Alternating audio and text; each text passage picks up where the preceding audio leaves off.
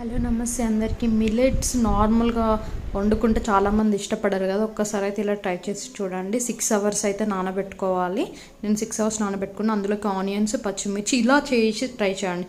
Cabbage, నా దగ్గర ఉన్న వెజిటేబుల్స్ అన్నీ అయితే బీరకాయ, క్యాప్సికము, కార్న్, ఉల్లాకు, క్యారెట్, పాలకూర, సోరకాయ పీసెస్ ఇవన్నీ అయితే నా దగ్గర ఉన్నాయి. ఇంకా మీ దగ్గర ఇంకేమైనా ఉంటే కూడా చేసుకోండి. ఇదే ప్రాసెస్. కుక్కర్లో జీలకర్ర, ఆనియన్స్, పచ్చిమిర్చి, ఇప్పుడు మనం అన్ని కట్ చేసుకున్న కూరగాయలు అన్నీ వేసి పోపు చేసుకోండి. అది కొంచెం పోపు అయిన తర్వాతకి మనం నానబెట్టుకున్న మిల్లెట్స్ అనేటివి ఇందులో వేసుకోండి.